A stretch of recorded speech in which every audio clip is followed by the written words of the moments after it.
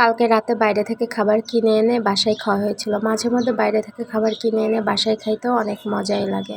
Hello everyone, আসসালামু আলাইকুম। আশা করি সবাই ভালো আছেন। আলহামদুলিল্লাহ আমরাও ভীষণ ভালো আছি। আজ আমার জন্মদিন। দেখতে দেখতে অনেকটা বছর কেটে গেল। সকাল থেকেও জানতাম না আজ আমার জন্মদিন।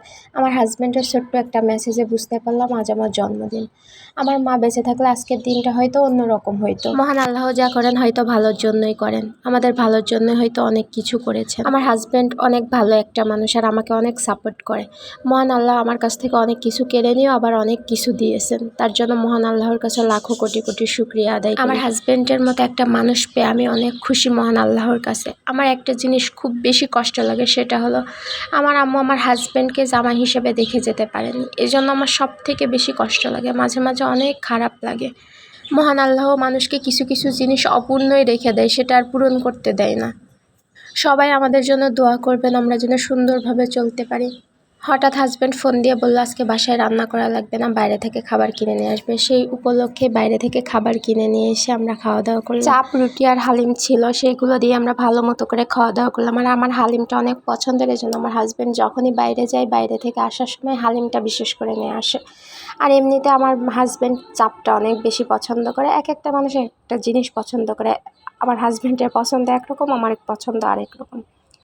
ইচ্ছে ছিল বাইরে গিয়ে খাওয়ার, কিন্তু সেই সময়টা হয়ে ওঠেনি, এই জন্য আর বাইরে যেয়ে খাওয়া হয় নাই। ভালো লাগার মতো কিছু সুন্দর মুহূর্ত থাকে, সেটা যেখানে হোক, বাইরে হোক আর ঘরে হোক, ভালো লাগার মতো মানুষ থাকলে অবশ্যই ভালো লাগবে। আমাদের এখানে একটা হালিমের দোকান আছে, এত সুন্দর টেস্ট আর এত সুন্দর করে বানায়। রেগুলার সময় আমাদের এখান থেকে হালিমটা কিনে নিয়ে আসা হয়, আর আমরা রেগুলার সময় বাইরে গেলে ওই দোকান থেকে হালিমটা খাই। রাতের খাবারটা অনেক মজার ছিল এবং আমি তো ভাবতেই পারিনি এত সুন্দর এবং এত মজারভাবে খাবারটা খাবো। আমি তো খাবারগুলো বাইরে থেকে নিয়ে আসার পর থেকেই খাওয়া শুরু করে দিয়েছি। আস্তে আস্তে আমার হাজব্যান্ড ফ্রেশ হয়ে এসে তারপরে খাওয়া শুরু করলো। তার আগে আমার প্রায় অর্ধেক খাবার খাওয়া হয়ে গেছে, এরকম একটা অবস্থা। এই সসটা অনেক মজার সস। অনেকে সস খেতে পছন্দ করে, আবার অনেকে খেতে পছন্দ করেন, তবে আমি মোটামুটি ভালোই খেতে পারি আর খেতে আমার ভালোই লাগে। আর এই সসটার মধ্যে রেগুলার সময় শসা দিয়ে দেয়, এই জন্য এত টেস্ট এবং এত মজা লাগে। দেখতে দেখতে অনেকটা রাতও হয়ে গেছে আর খাওয়া দাওয়াও প্রায় শেষ হয়ে গেল। আমার ভিডিওটা কেমন হয়েছে অবশ্যই কমেন্টসে জানাবেন। এর আগে এরকম কোনো ভিডিও করি নাই, তাই বুঝতে পারতেছি না আসলে কেমন হবে। আর আপনারা সবাই আমাদেরকে সাপোর্ট করবেন আর পাশে থাকবেন। সবাই ভালো থাকবেন। আল্লাহ হাফেজ।